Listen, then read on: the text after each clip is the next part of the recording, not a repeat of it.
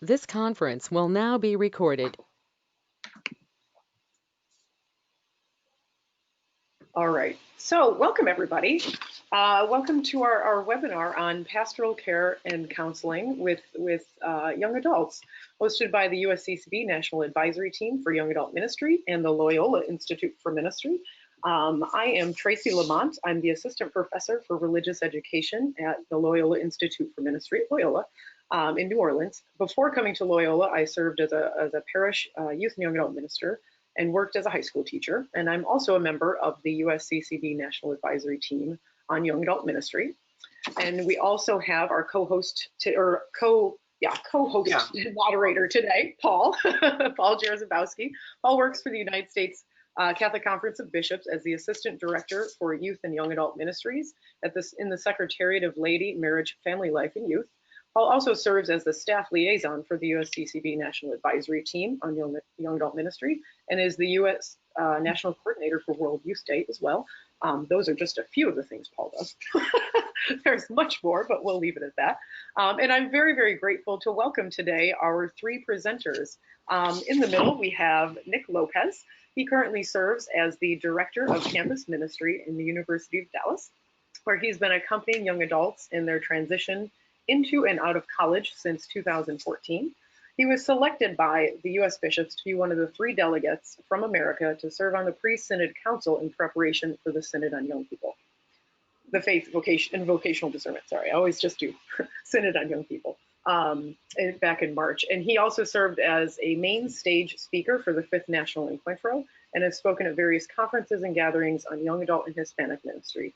His focuses in theology and ministry, including biblical theology and hermeneutics, ecumenical and interfaith relations, Hispanic Latino ministry, young adult ministry, and the new evangelization. So welcome, Nick. Thank you so much for being with us today and for offering your insights and your time with us. Sure. Thank you, Tracy. Thank you, Paul. Next, we have Sarah Jarzabowski. She's been working in pastoral ministry for almost 20 years, starting out as a parish youth minister in the suburbs of Chicago, and moved to college campus and young adult ministry in the Diocese of Joliet. In 2013, Sarah and her husband moved to the DC area, where she worked in National Retreat Ministry, and most recently with the Catholic Apostolate Center and evangelization outreach of the Palatine Fathers and Brothers. She's spoken across the country at youth rallies, young adult theology on tap nights, and offered workshops on health and spirituality for young church professionals. When not talking about young adult ministry, which is not often, Sarah and her husband enjoy exploring the national park system and planning their next Disney getaway. Welcome, Sarah.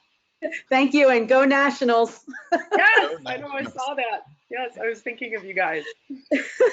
Wonderful, wonderful. Thank you so much for being with us, Sarah.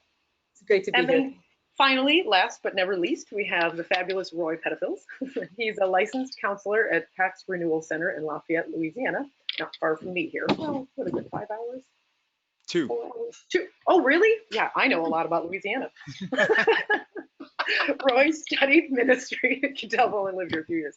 Roy studied ministry and spirituality at the Pontifical University of St. Thomas Aquinas and holds a master's degree in mental health counseling from the University of Louisiana.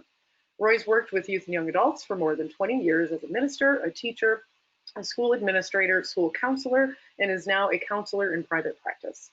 He specializes in counseling teens and young adults. Roy regularly consults with churches, publishers, and organizers, helping them more effectively reach and minister to youth and young adults. And he is an expert at raising and understanding teenagers, which is really wonderful.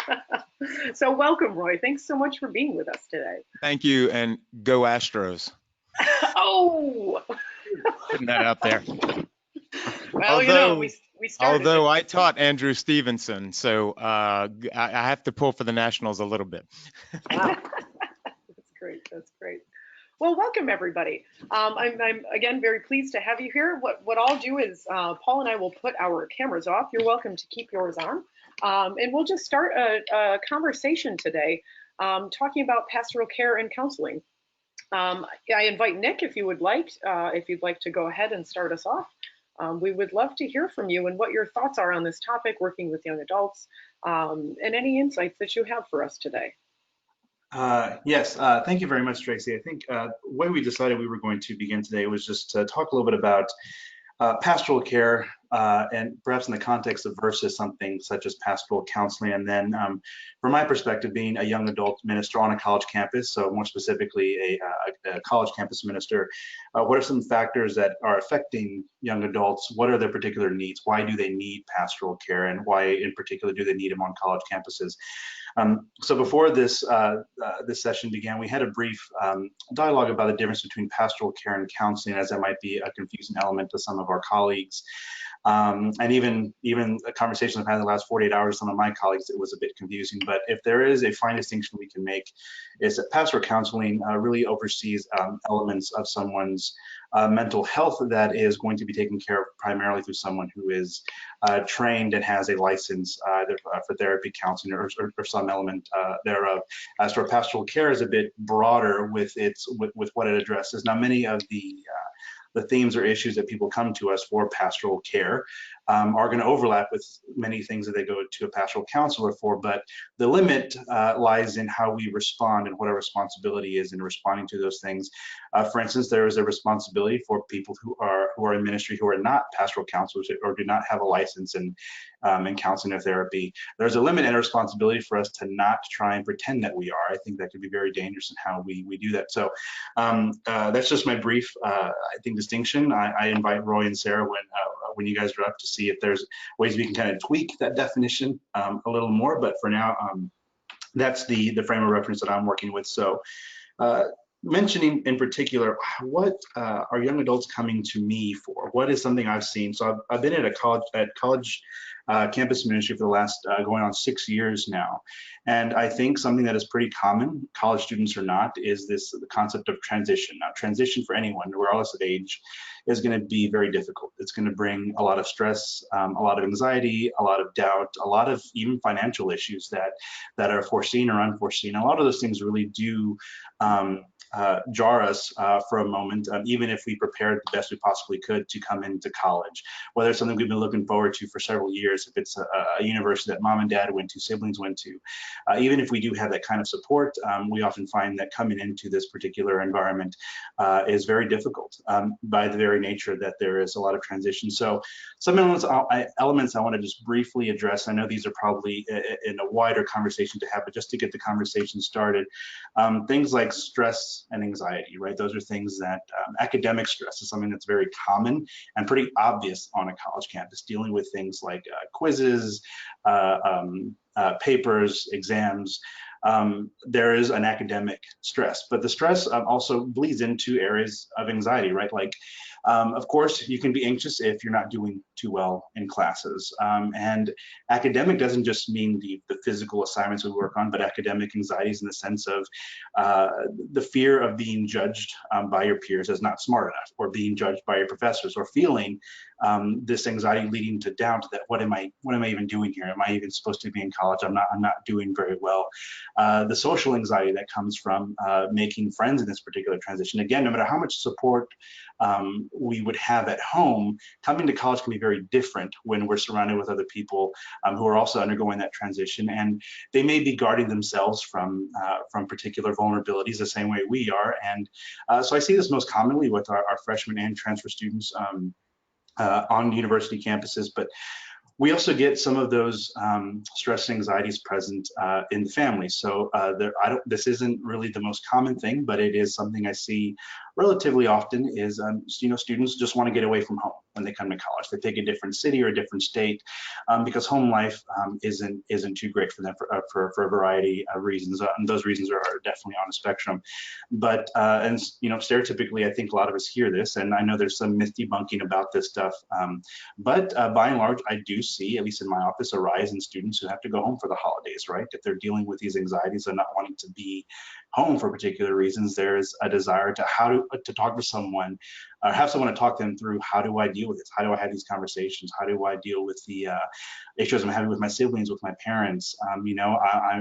I've worked with a number of students whose parents have been recently divorced. How do you deal with these particular issues throughout the holidays? So it certainly goes beyond any kind of the academic pressures of that.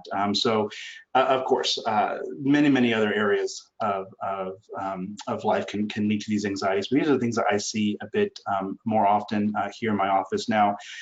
Things like doubt and hopelessness and depression. Those are words that really indicate a severe struggle with young adults. And again, just speaking to my particular experience, what I deal with, I see a lot more of the doubt and hopelessness and depression. While it is kind of in a wide range of anyone, whether that's first year undergrad or fifth year graduate student, those are very present. But I tend to see that a lot more, and I tend to have to address that more with our recent graduates from college, primarily because we see these elements to ran into of they look at their peers. Our university here at the University of Dallas has a very high acceptance rate, application and acceptance rate to graduate programs.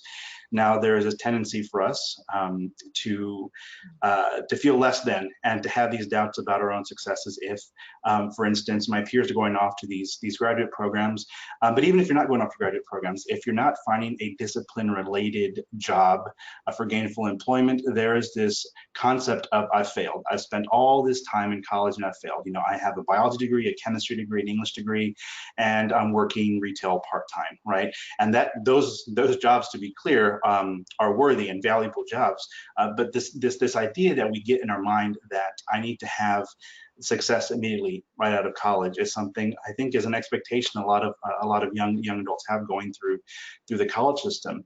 But even if you find that dream job coming out of college, or at least you're in the first steps of going to your dream career, you notice that a lot of our students now have $30,000 to $50,000 to $70,000 in debt in college, and so this time they spend in education that's supposed to be giving them the tools to succeed in life, they're finding that very education becomes a stumbling block for them in the next few years because so much of their goals or ideas are so restricted by this fact that they are now in pretty severe debt. So there is this doubt, this hopelessness that I do speak with many of our recent graduates about, and really trying to encourage them, beyond that. This is a very unfortunate reality, but it is a reality nonetheless. And there are ways that we can monitor our lifestyles and ways that we can kind of go beyond that. So again, the topic we're looking at here is factors affecting young adults and what I've experienced. But to not end on such a negative note, I'll just say that the positive element of this is that young adults, I being one of them, we have this desire to succeed, this desire to thrive. There is something very genuine about our search for meaning, right? And that is something that is part of just the human spirit. But young adults today really just want to make a huge impact in the world, and there's just so many elements of life, so many life factors that can prevent us from thriving. And so my understanding of pastoral care is really walking through those parts of life with them and assisting them through their needs in whatever ways I can to best help them thrive in college and after college. So that's wonderful. Thanks, Nick. Sarah, what are your thoughts on this topic? Well, thank you for inviting me to talk on this topic. Over the last probably about year or so, the topic of loneliness has really come into my circle and prayer and a lot of my reading. And it's something that I have experienced myself and thought that I was the only person that experienced that, or nobody else really does, or maybe I'm just a weirdo out here. But it's something that I've started to see in context with young adults. And so in some of my research, I found that really I wasn't alone in feelings of extreme loneliness, but in fact, 47% of United States participants in this study by Scientific America, 47% of Americans feel extreme loneliness on a regular basis. And extreme loneliness is one of those things that it's if you say you're lonely, then you're lonely, right? If you're there are certain key benchmarks to things like depression and anxiety and some other terms that we use. There are specific benchmarks. With loneliness, it's subjective. It's if I am feeling like I am alone, then that's what I am feeling. I am lonely, and it is a mentality of how to perceive what is happening in the situation in front of you. So whereas somebody could walk into a young adult event and just feel warmth and generous and people care for them and this is the right place at the right time. Another person could walk into that same space with the same interactions and feel left out and feel that this is not a place for them. So that's really kind of caught me off guard, that 47%, that's nearly half of all Americans feel lonely, and not just lonely, but extreme loneliness. Extreme loneliness has pain, has physical, actual pain that the brain kicks into the rest of the body. It's a feeling of emptiness. It's a pain in the pit of my stomach.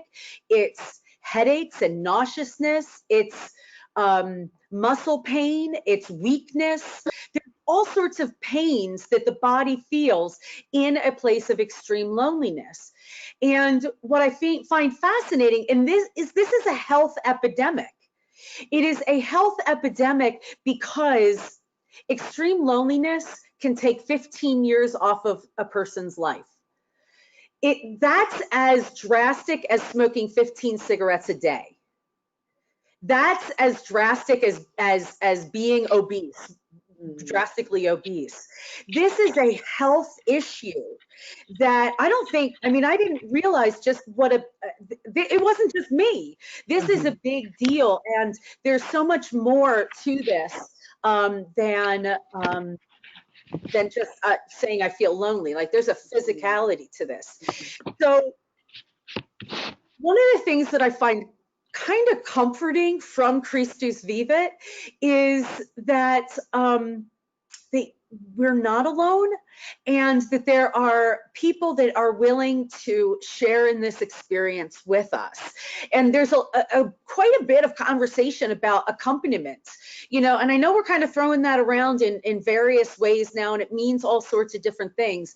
In the Archdiocese of Baltimore, I look at accompaniment in 4 ways. Number one is this pastoral care and the pastoral outreach of our parishes and the general outreach that we do in our parishes. I also see this as spiritual direction. I often receive emails for people who are looking for spiritual direction, somebody to help break open whatever this situation is in a spiritual way. Loneliness is a disconnect with a person's surroundings. It's perceiving surroundings in a way that is not really there.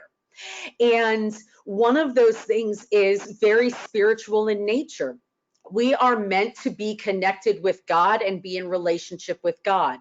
When someone is lonely, there is a disconnect in their relationship with God, or there's a sense of God not being there. And a spiritual director can help bridge that and pull somebody back into seeing the graces within their lives and within their lived life. The other way that we look at it is mentorship. One of the fascinating parts of this study is the age range of people who are most lonely is those like 15 to 25, 18 to 25.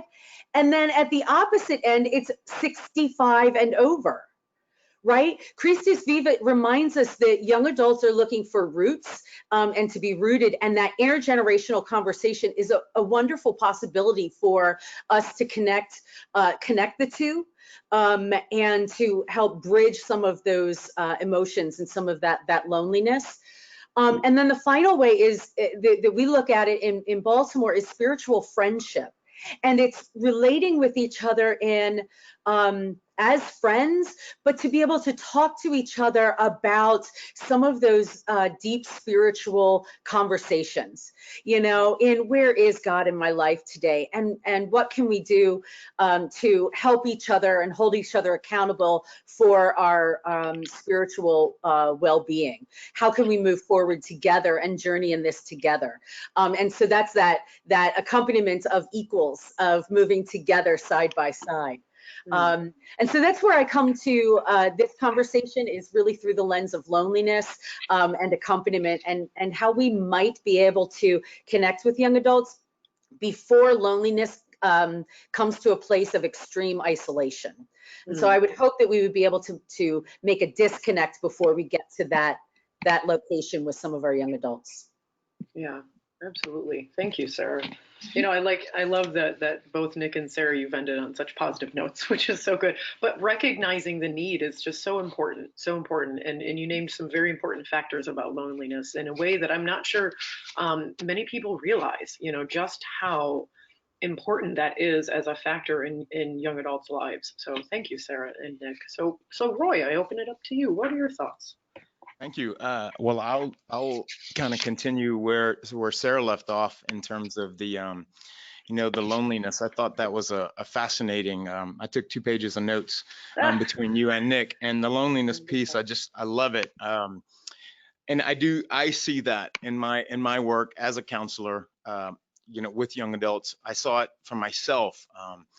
That is the most remarkable time of my life, because that's when God broke in to it, and there were other people who came to me and were present to me in my loneliness.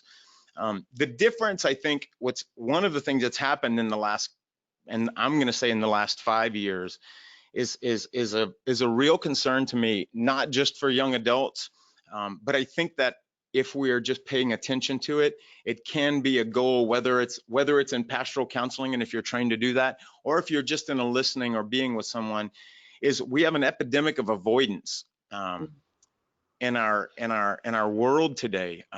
There are more places to hide. It's easier than ever to hide, and sometimes it's not just hiding. It's just, here's an opportunity for me to move forward. Here's an opportunity for me to be around people, and I may avoid it. And that what happens with avoidance and anxiety is that it feels, the feedback loop on it comes quickly. I avoid the stressor and I get momentary relief, but it double loads the stress the next day. And so now and then we go up to 4 times the following day. And so one of the things I think it would be interesting for those who are in young adult ministry to, like me, even though I mainly work with younger teens, not college students, but I have a good bit of those too, is the ability to very gently maybe challenge some of the avoidance behaviors that we see, like class skipping, just not going, staying in my dorm. And again, that's all against this right developmental backdrop of, no freedom, no freedom, no freedom, complete freedom in this transition to college. So my parents may not have let me have avoided as many things as I'm choosing to now.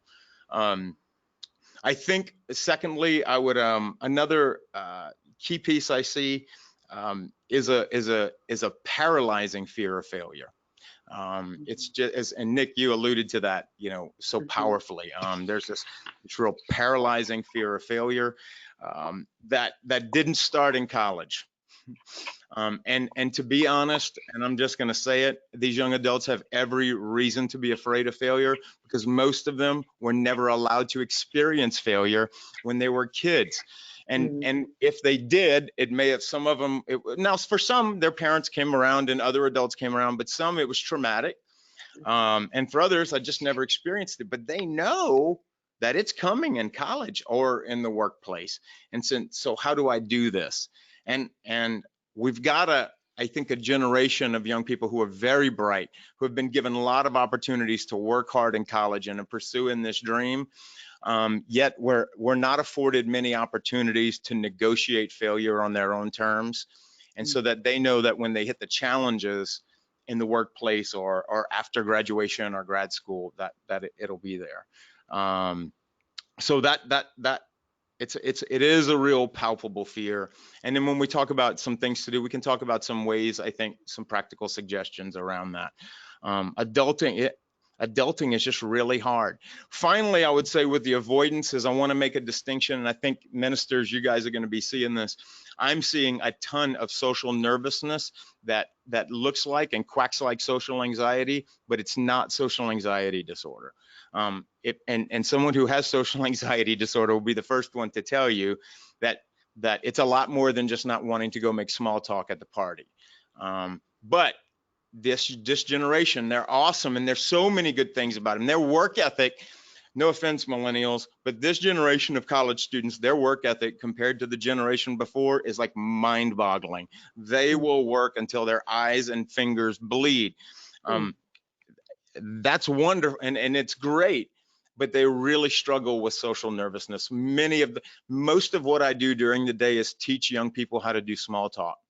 They've become very proficient here, and are lacking the ability to ascertain and interpret some of these things. So social situations in general, I think, are spiking some of that anxiety, and avoidance isn't the issue. So how do we do that? I think those are just some interesting challenges. And finally, this will be the last thing I say. Like the other ministers here who I respect and admire so much, I've walked with not only teenagers, but with other folks for a while now, in my own pain. And this, Sarah, this whole thing on loneliness is kind of also right where kind of I am in my prayer as well. But it's my experience that the worst part of any pain, my own and that of others, is whether it's abuse, trauma, I mean, you name it. The worst part of it is that they feel alone in it. And my favorite definition of trauma today is going through a neurophysiological experience that taxes the body in the absence of an empathic observer. And you don't need a license to be an empathic observer. You don't need a license to care. And you don't need to fix it. That listening that Sarah was talking about, let me talk about, with the loneliness, absolutely right. And so often that gets misdiagnosed as fibromyalgia, but it's really very intense loneliness. And unfortunately, fibromyalgia doesn't get diagnosed a lot. But that's a real deal when someone feels heard, when someone feels attended to, and that's the most precious commodity right now is the gift of attention, right?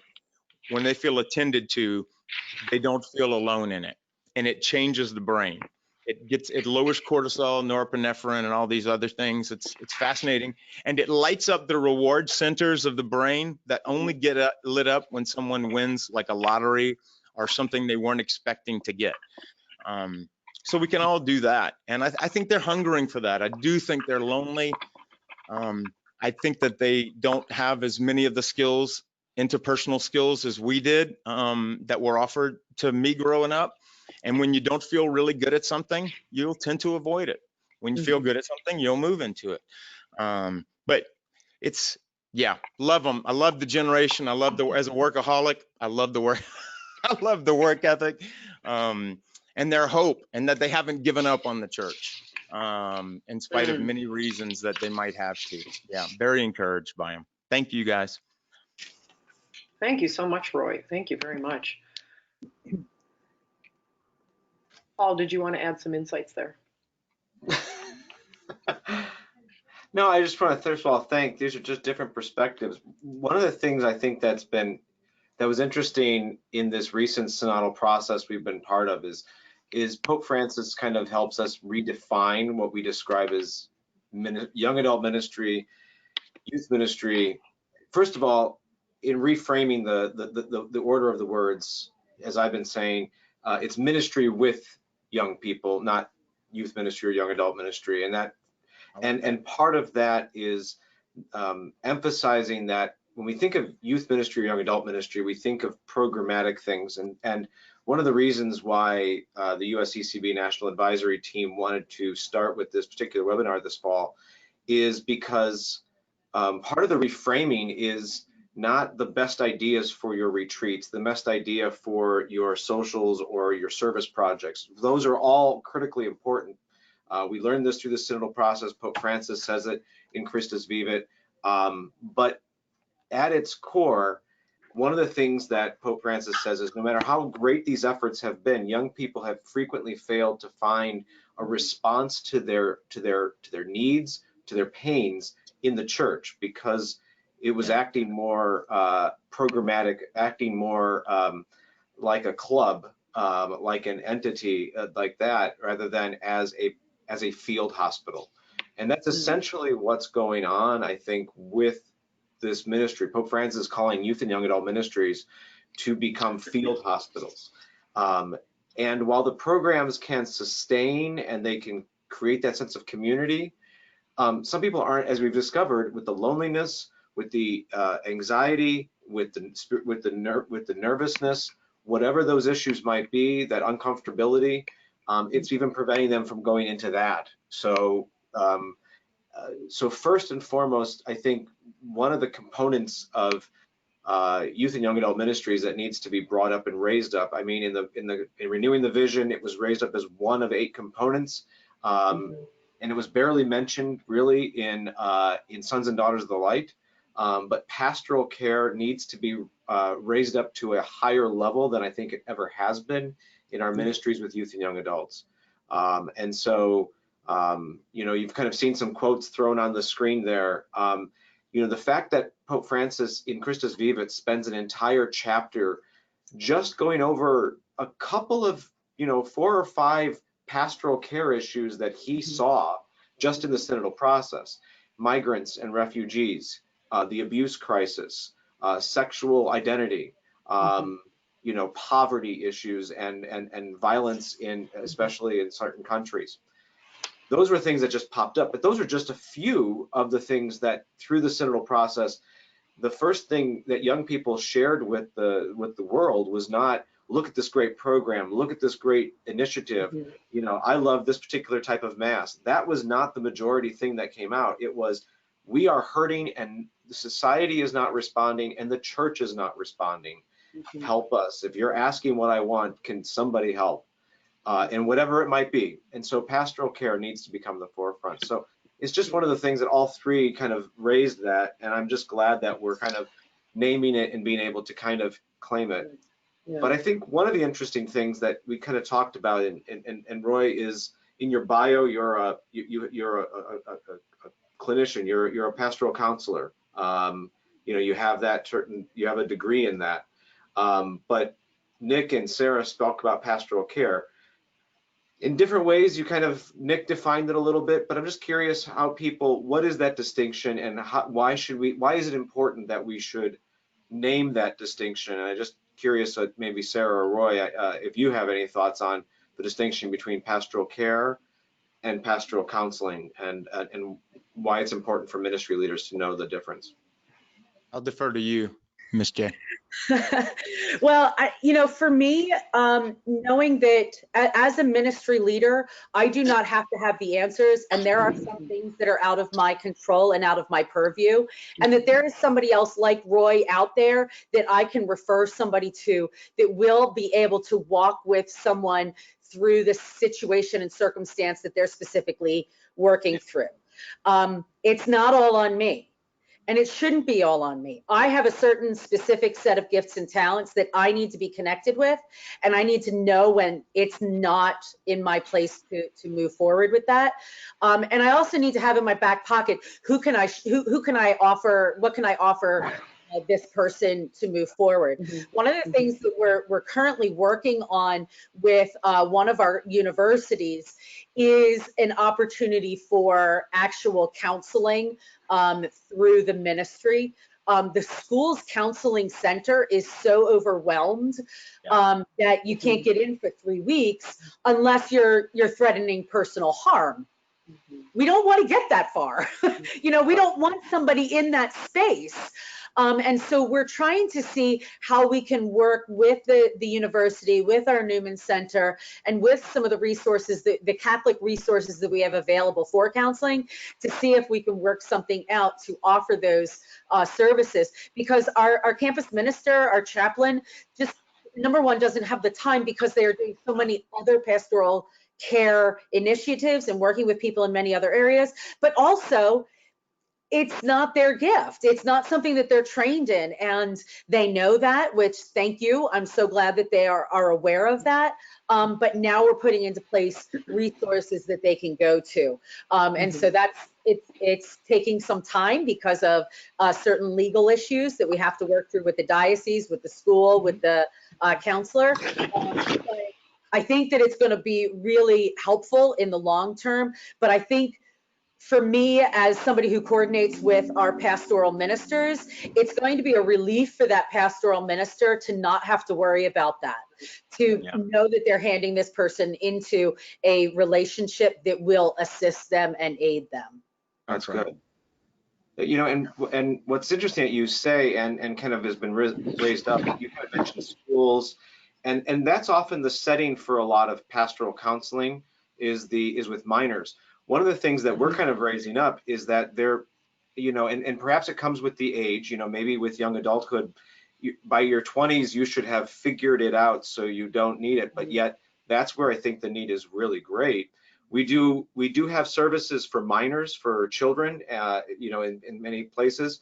We have pastoral care for seniors, but it's that 20 and 30 something that, you know, that we sometimes don't have as many pastoral care or pastoral counseling resources. So I think we're raising this up, saying this is a need. And one of the, I think it is on us a little bit, and you mentioned it, to do a little bit of research to figure out who in our area is equipped to help. Yes. It's not going to be as, the bad news for those of you who work with young adults is it's not going to be as easy perhaps as those who work with minors, because those are much more available, and we as a church have responded perhaps a little bit stronger to those who are minors.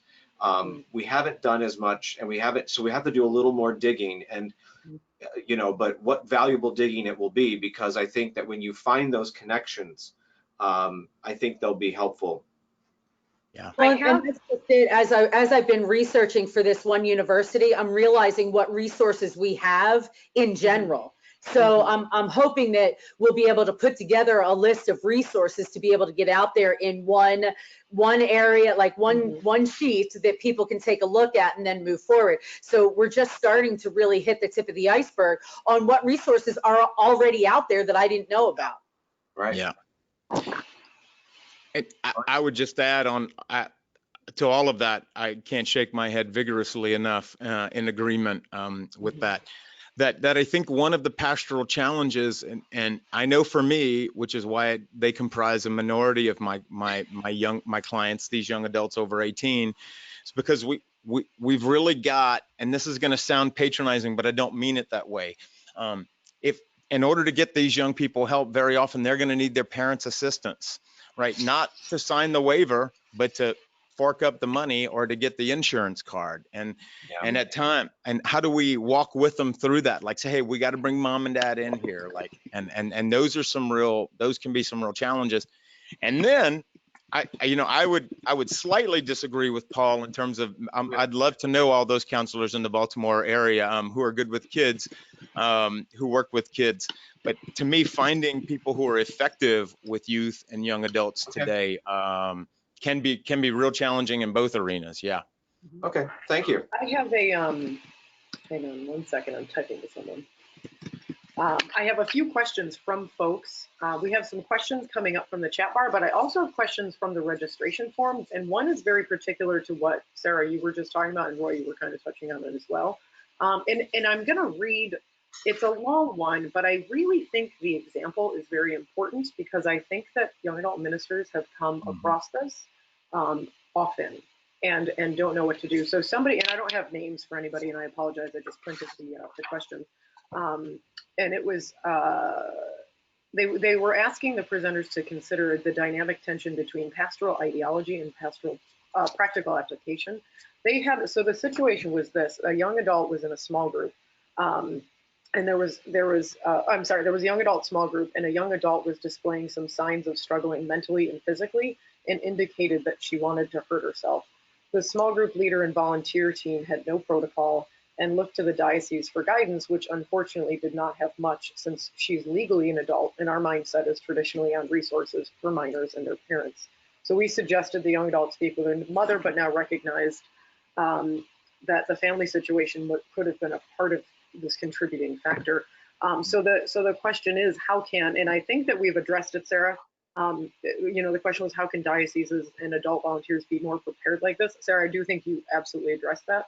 And how do we implement, but then there's a kind of a secondary question, how do we implement better strategies when we're usually more focused on, protecting and resourcing minors rather than, adults and young adults? So, I don't know if there's any, beyond finding, and allocating, like creating something with the resources for folks. Is there something like a situation like this? And all three of you, you're, more than welcome to, a strategy. What have you done in a situation like that they just offered us here?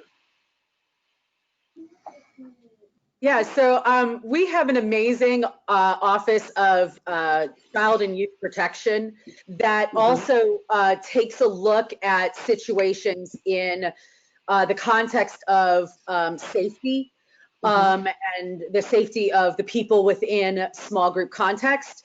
And so this is one of the areas that I might go to them and say, look, what do I do? Who can I refer this person to? What are the resources that we have available for this? Our child and youth protection really does run the gamut. And when it comes to that type of protection and making sure that the people that we are ministering with are safe, as well as the ministry leader. So the other thing that I would say to the ministry leader and the leader of that small group is, as a spiritual friend of that person, to make a statement. I'm hearing that you are considering self-harm. Is this true? Am I hearing you correctly? Can you walk me through your thoughts on this? Because I care about you and I am concerned. And I think sometimes if somebody else states it, it just pops that bubble just ever so slightly, even to bring the person to an understanding that there is somebody out there that sees them, that hears what they are saying, and is willing to make a statement of, I understand what you're saying, or I am hearing what you're saying. And then what can I do to support you?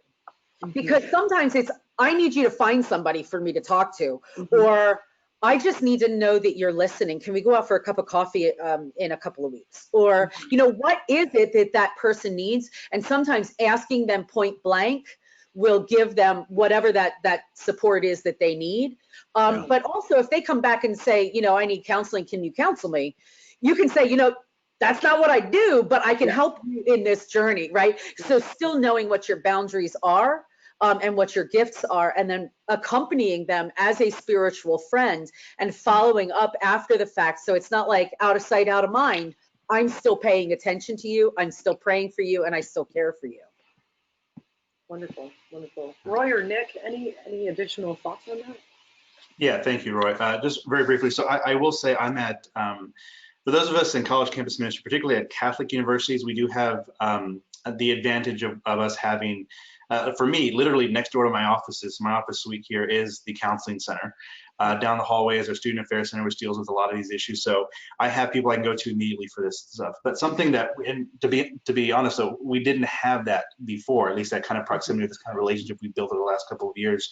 And even the director of counseling services we have now was someone I referred to the job because on the one hand, the job was open, but on the other hand, I realized we need to find someone who's going to be able to really help us manage these things. So to answer the question, I mean, I agree with every single thing Sarah said. I think at the very least, those of us who are ministry roles, whether it's the actual young adult minister of the parish or just the small group leader, whether a volunteer is, we, as Roy was saying, you don't need a license to listen, right? For these people. For a more practical note, I think.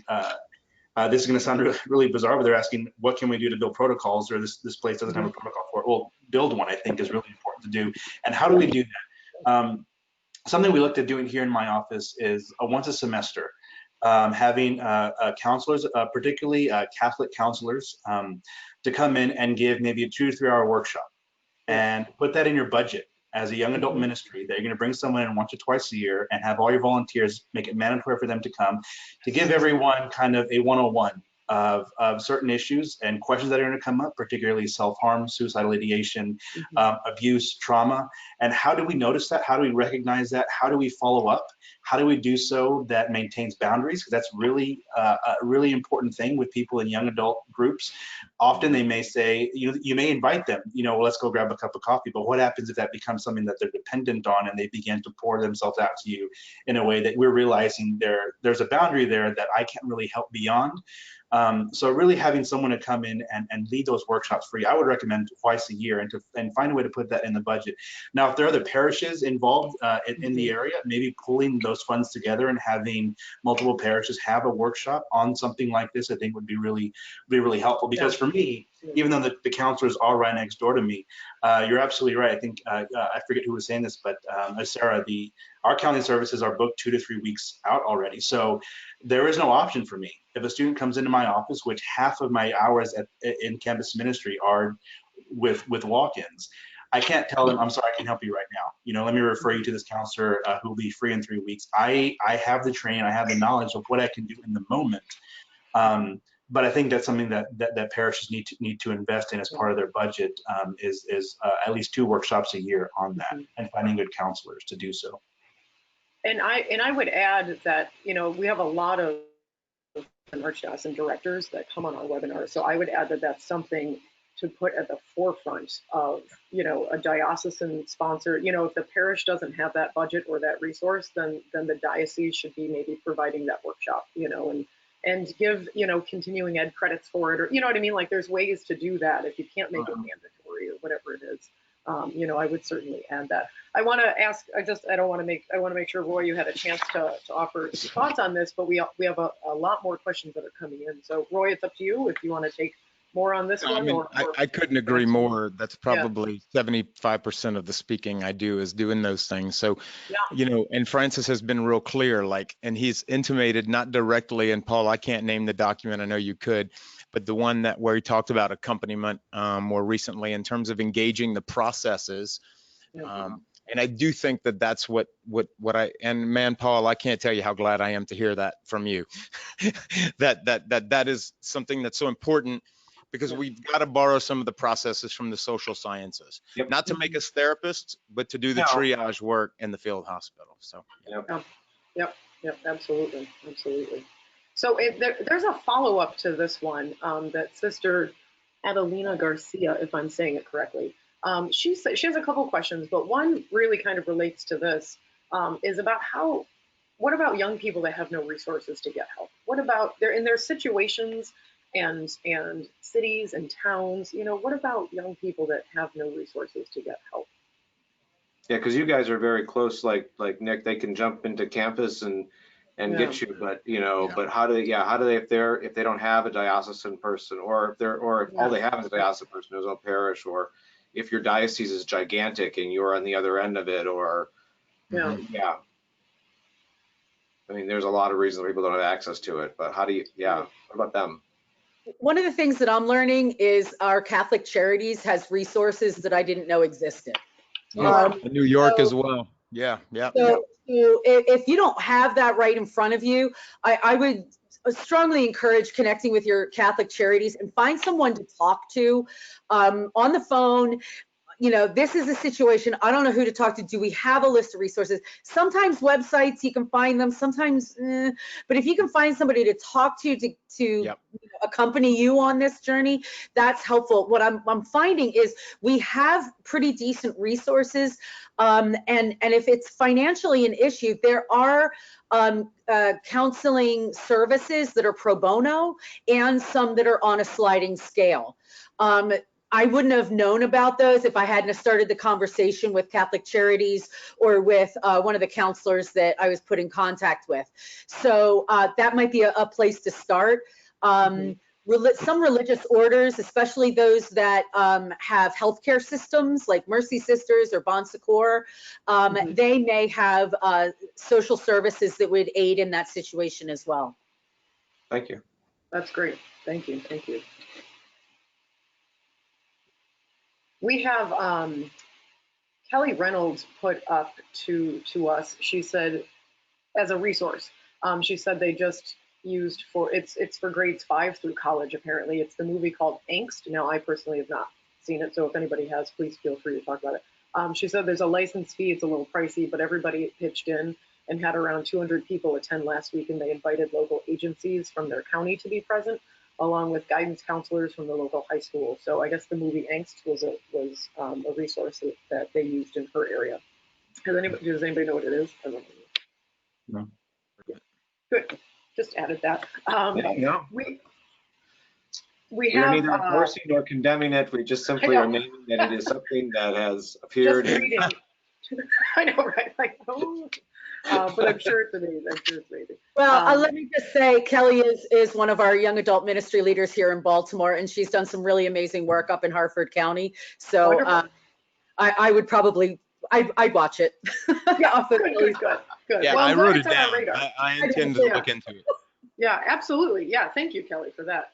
Yes, thank you. You know, there's a question that came in through the registration, and I think James added it here, if I can scroll up a little bit. But it really is kind of, what about pastoral care for leaders that work to help young adults, or the young adult leaders themselves? Like, any thoughts on pastoral care for those in ministry? Can I just say these webinars have been really good in helping to name some of the issues that are out there.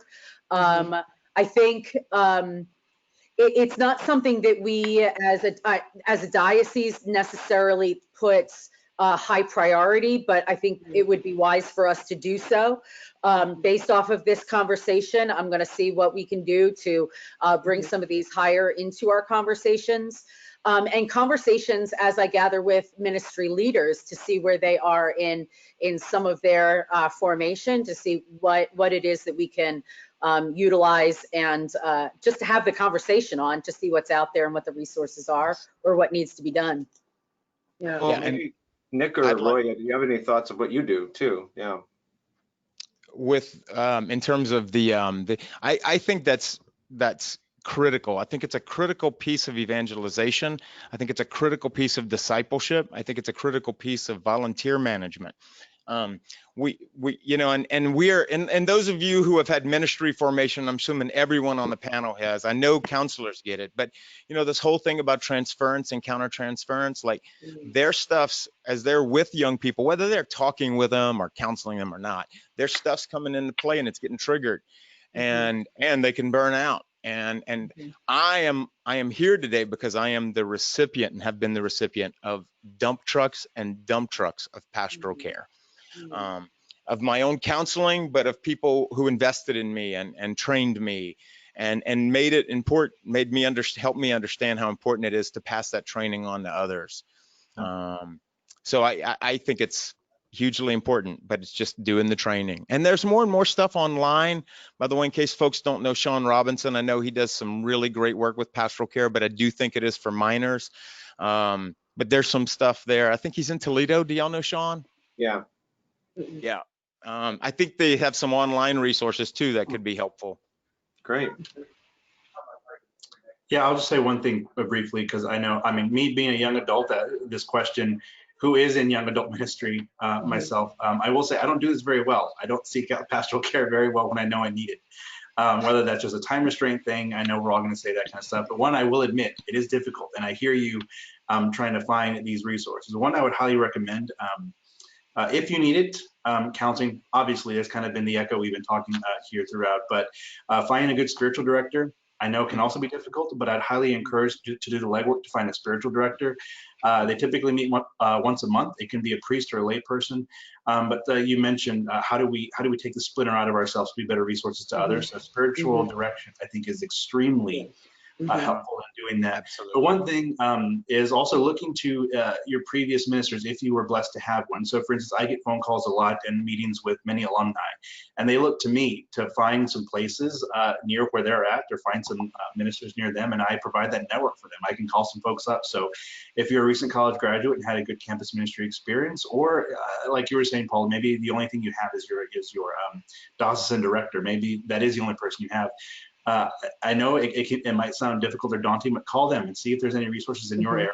But I would highly recommend a spiritual director reaching out to previous ministers that you've had.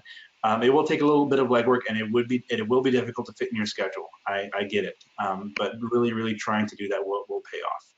Nick, you're echoing one of the things that, like when Pope Francis spoke to the bishops at World Youth Day, one of the things he told them was that your first priority as bishops are to your priests, to your pastors, and that as bishops to draw close to them and to spend the time with those whom you're working with.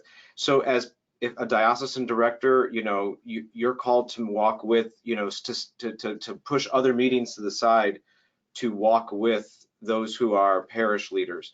If you're a parish leader, you're called to walk with your volunteers and to push some of those meetings and other logistics to the side.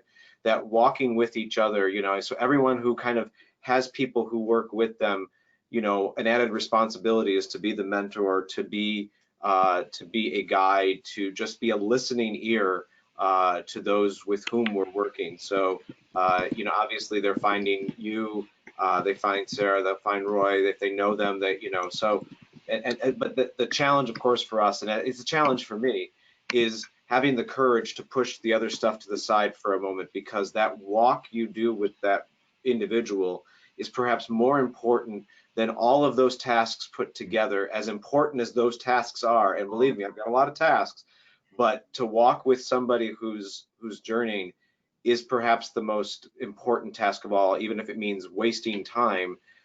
Pope Francis says that's the best time you can spend, is the time you waste in walking with another. So, yeah. Yeah, absolutely. I want to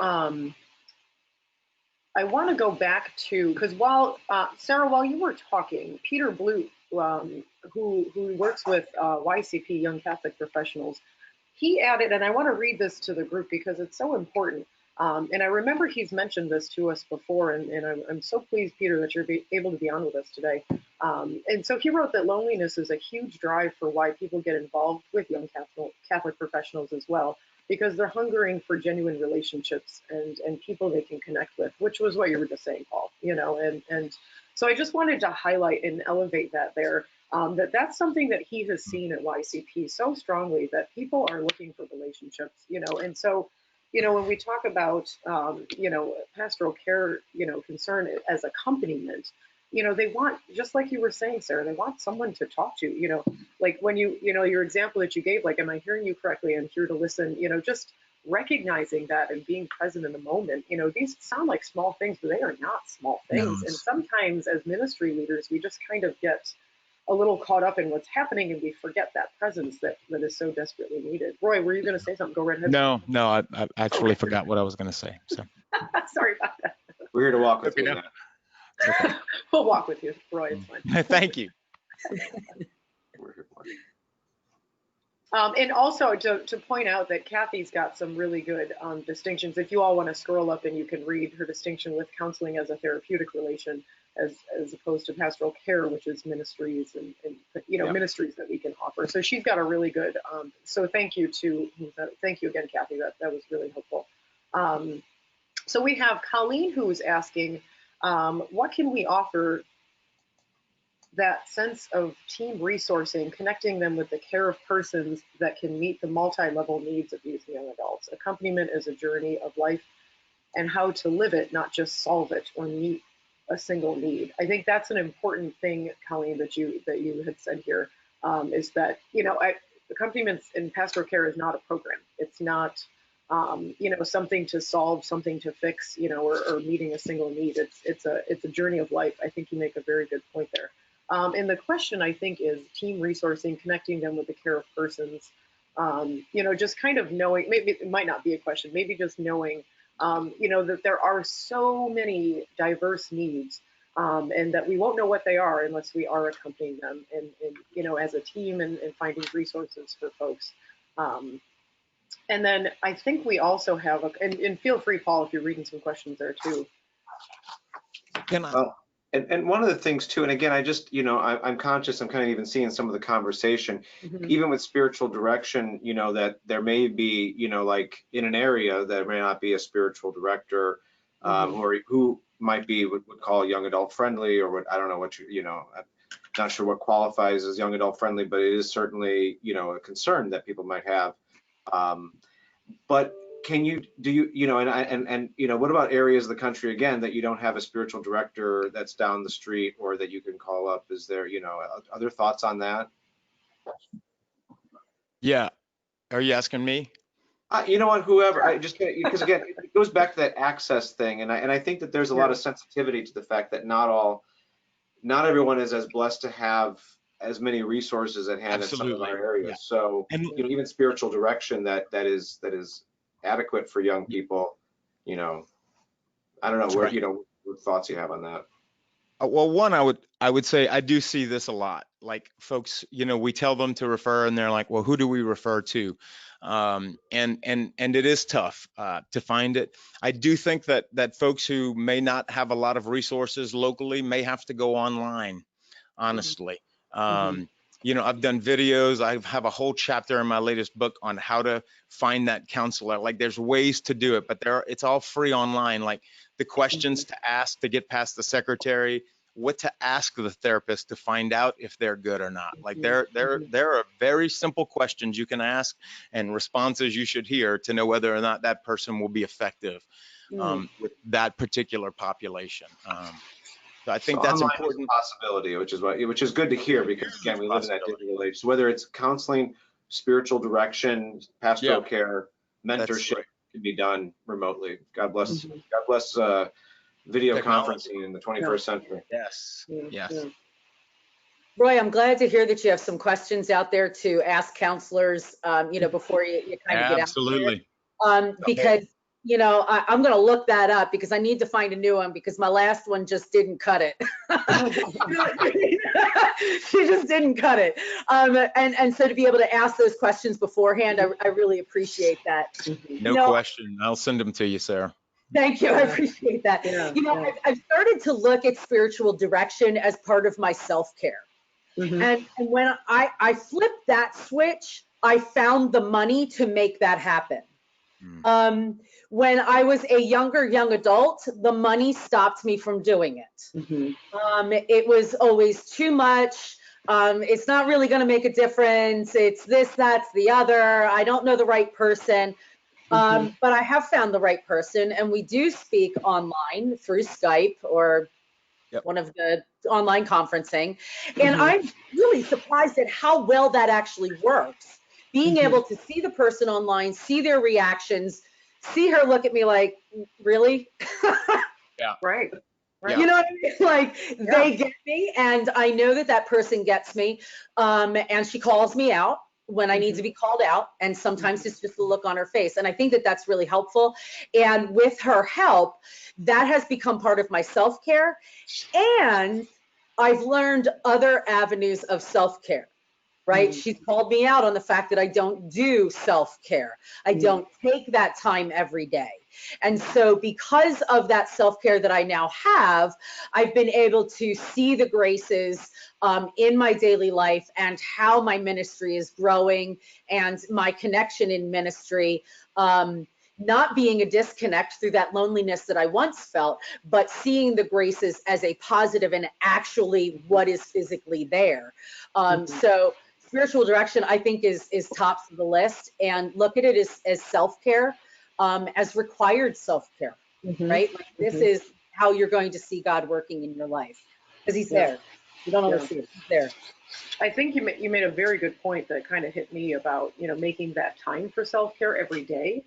First, recognizing what it is, what brings you joy that is not related to your job, and I think that for so many folks that are very, very work-oriented and can burn the candle at all ends till all nights, they think that self-care means they're not doing, that there's always work to be done, and self-care is something taking away from that. And realizing that those do not have to be polar opposites, that one actually enhances the other. I think you make really excellent points about that, Sarah, as ministers, as ministry leaders. Yeah. Sorry, and two things. One, it's not a one and done when it comes to self-care. It took me a year to figure out what self-care is. And it's not always on a daily basis, but that's the goal, right? And that self-care also shifts. right? So what had worked for me may not be working for me. And being called out on the fact that that's not working for me. So where can we take a step in on that? Yeah. And the other thing is when talking to somebody about connecting with a spiritual director, specifically spiritual director, I get this question regularly. I have a conversation with them about what spiritual direction is and remind them that here's some spiritual directors, but if the first one doesn't work for you, let's come back together and talk about what it is. Let's just, break that open a little bit so that we can find you somebody that works. And we might need to go through one or two people, but don't give up on yourself. Don't say spiritual direction just doesn't work, because it's a process and we want to get you with the person that's going to connect you with the graces in your life and build your relationship with God. And that may take some time. But maybe with Roy's questions, we might be able to knock that down a little bit. Yeah. I want to, and then I want to invite, Roy and Nick. Obviously, you can chime in here as well. But we do have, we're close on. I mean, we're close on time here, and I'm mindful of that. We do have a lot more questions because this was a very big topic. But I want to make sure everybody on, that's going to watch this webinar realizes our next webinar is on mental health particularly. And so a lot of the questions that we have here are about mental health. And so I feel very bad that we haven't been able to address all of the questions. But a lot of, like I said, we have somebody who's writing from young adults in Asia that feel peer pressure, which I think, Roy, you were talking a lot, and Nick, you guys were talking a lot about. The pressure by family to get high-paying jobs, and things like that. Cultural stuff, and like to get married before 30, and so people are despairing, jumping into marriages without good discernment, things like that. And so I think that there's a lot, so with stress and anxiety, supporting and encouraging people around issues related to mental health. I would just want our folks to know that we will address this and more particularly next month. And a thought that I'm having now is maybe we start more with questions next month. I'm wondering if the questions will drive our webinar next month, and just because this is such a challenge and people really do want to talk about it. But any other thoughts on that before we wrap up? Yeah, and I just, my last thing that I want to say that I think, and I know that it's covered. I know Paul and I know you guys have doing a whole year around this, which is awesome. But I think a whole hour really could be spent on the pastoral care of our young adults who identify on the LGBTQ. That was another question we had. Yep. And if you want to say anything about that right now. I know that a lot of folks like avoiding that topic. It's a warm bubble bath of water for me. I have a heart for those young adults and love them. And I know that they are at a significantly higher risk for adverse mental health outcomes. And we don't want to single a population out, but if we know that they are much more at risk, and I do think that there's some skills that maybe we can talk about later, how to explore that with them, because I know the ministers, it's like theological integrity versus giving away the farm, and there is a middle ground there that that we can do with them. Yeah. So anyway, can thanks. You say just one? I mean, we did have one question. It was, is there support available for engaging with LGBTQ individuals and advocates in workplaces and communities? Do you know of any resources you could say now? No, not off the top of my head for young adults necessarily. No, I don't. Maybe the others do though. Yeah. I don't have resources, but it was said earlier, we don't need a degree to listen. Right. And I think that with the communities that feel like they are left out or that are polarized, just want somebody to listen. And our job is not in jeopardy if we are sitting. Yes. Yep. Listen. I would just say, from a practical standpoint, if you haven't read James Martin's Building a Bridge book, I highly recommend that one. That is a very great practical resource. It is very, very, very sober. It's very well written. I know it's got a lot of controversy behind it, but it is practical as it can get. I think it's a very good resource. There are a lot of other things, I think, as Roy was mentioning earlier, to look online for some Catholic resources. Some dioceses may have some support groups or some resources on the Dawson websites for certain things. I've found things from all the way up northeast for different things I'm looking for. So some dioceses may have that as a focus. Their bishop may have that as a focus. I'm in that to look up. There are a lot of other independent groups, depending on where you're at with regard to care for LGBTQ members of the church. Courage Ministries and other ministries such as that do exist to minister to those to those members of our church in very particular ways. So I think yielding to online resources can be helpful too. But certainly Building a Bridge, I think, is a very timely book. Yeah. And I want to add on that book because it is so controversial, and I think it's absolutely wonderful for young adults, and Father Martin and I are yet to have a conversation about. I'm not sure some parts of it translate equally well for teenagers, and I think that there's some things that he and I might not look at the same way on that. But for young adults, I mean, it's a phenomenal book, and I'm so grateful for his work, and I know he's being crucified for it. It is phenomenal. But I think that developmentally, when we're dealing with these issues with young adults, it's very different than when they're in middle school and in early high school. And so, but it's a wonderful resource. It really is. Yeah. I'm going to read this, what always comes up, especially when I think of Father Jim Martin's book. Chris, I'm going to read, and I know we're over time. Sorry, Paul. But Christus Vivit, paragraph number 233 says, instead of overwhelming young people with a body of rules that make Christianity seem reductive and moralistic, we are called to invest in their fearlessness and to train them to take up their responsibilities in the sure knowledge that error, failure, and crisis are experiences that can strengthen their humanity. And it's calling for ministry with young people that's capable of being inclusive with room for all kinds of young people. And he specifically does name LGBT, and so I think we have a very powerful document from our Pope that is telling us that people on the margins need to come off of those margins, that we need to start making very intentional space and time for the needs of all of our young people. So, yeah. I want to, sorry folks, I know we do have some more questions here, but like I said, I think when we do our webinar on mental health next month, we will start addressing those.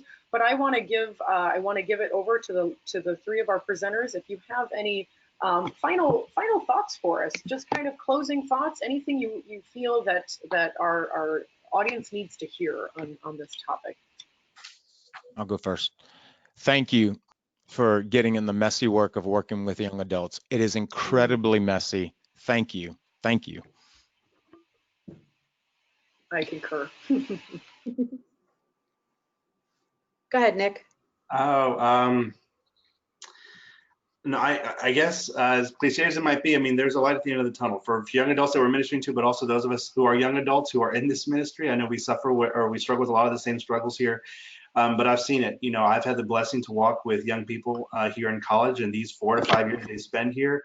And some of these transitions, while difficult, I've seen it. And I sit in the same office and I've seen the transformation that can happen. It may take those many years to get to a certain point, but I have seen that transition, and there is hope. There is certainly the thriving that many of us are seeking. It is absolutely attainable, but be patient and be faithful and find someone to walk with you in that. And once you do that, you can then be the person that you walk with other people with, right? You can become that resource for others as well. So there is absolutely hope. Yeah. Thank you. Yeah, so the thought that keeps coming to my mind when it comes to pastoral care is care. Give a care. People want to be cared for, and so do what you can with the resources that you have, that God gave you, to care for the people that come to you with their troubles. You have what you need to do the work. And when you feel that it is out of your depth, you have a resource, someone to connect with, to share those with others. God gave you what you need. And he surrounded you with people that can help connect you in the right way. And pastoral care is really about giving a care, looking at the person in front of you as a human being with dignity and light and the grace of God. and caring about them in the fullest capacity that you have.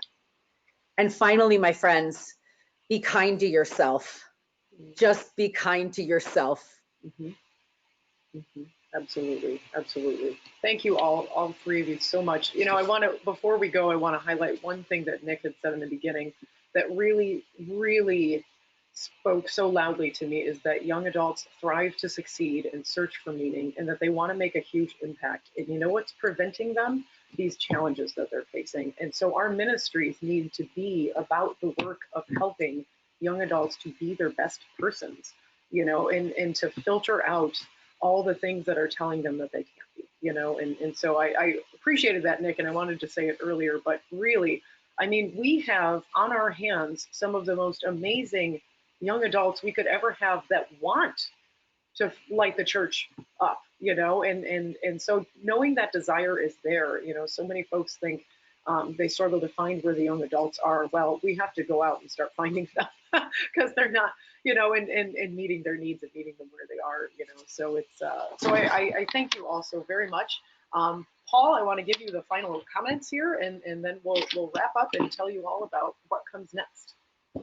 Well, that'll lead into that. You know, again, and just because I've been immersed, if you want to talk about a warm bath, that Christus Vivit has been my warm bath for the last year. Pope Francis's document on young people. One of the things that I am struck by is the order of this is going to sound so church document nerdy for a moment, but just forgive me. This is the warm bath I swim in. But if you look at the chapters of his exhortation, the order of them is beautiful, because as ministers, we gravitate to probably the chapter on ministry, which is chapter 7 of 9. But before we can get to chapter 7, we have to wade through chapters 1 through 6. And one of the most immediate chapters Pope Francis gives us is this conversation on pastoral care, on these pastoral care issues. May we never stop to weep before the tragedies of our young. May we never stop to listen to the tragedies of our young and the issues that young people are facing. Now, the funny thing is chapter 7 is not the end. It's not the culmination. The end is the vocation and mission in the world. That's chapters 8 and 9. So really, ministry is a bridge. But in order for them even to get onto the bridge, they need that pastoral care. So which is why pastoral care is so essential. And then ultimately, you know, our goal is to send them out in vocation and mission. So so one of the reasons why, again, we're so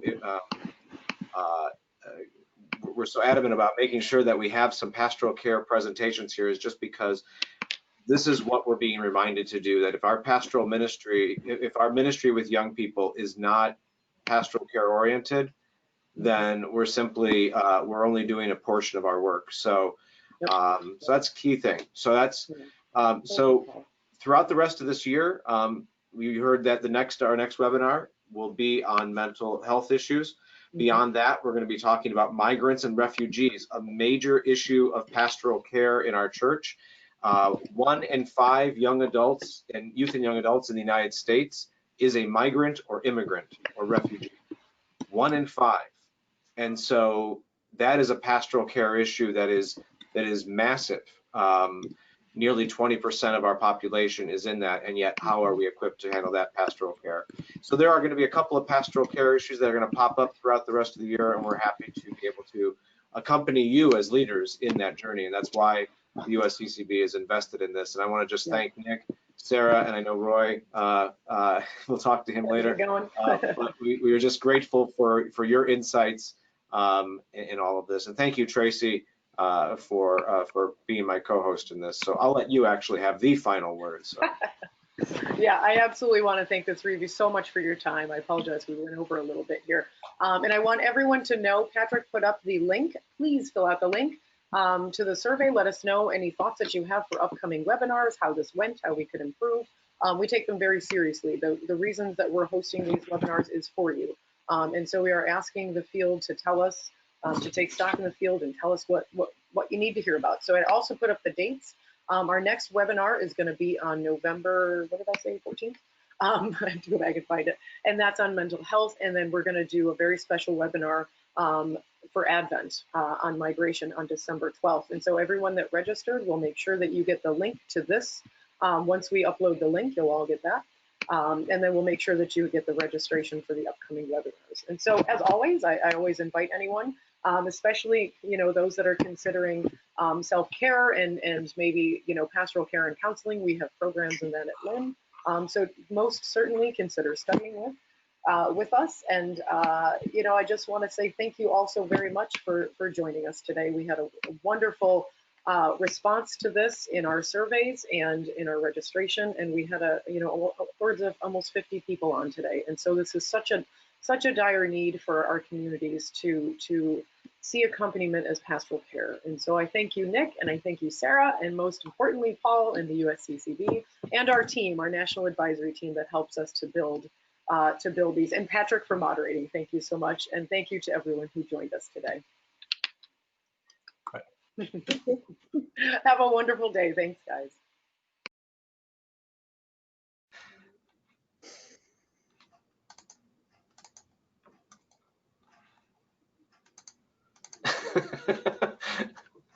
Is this thing still on? Oh, yeah.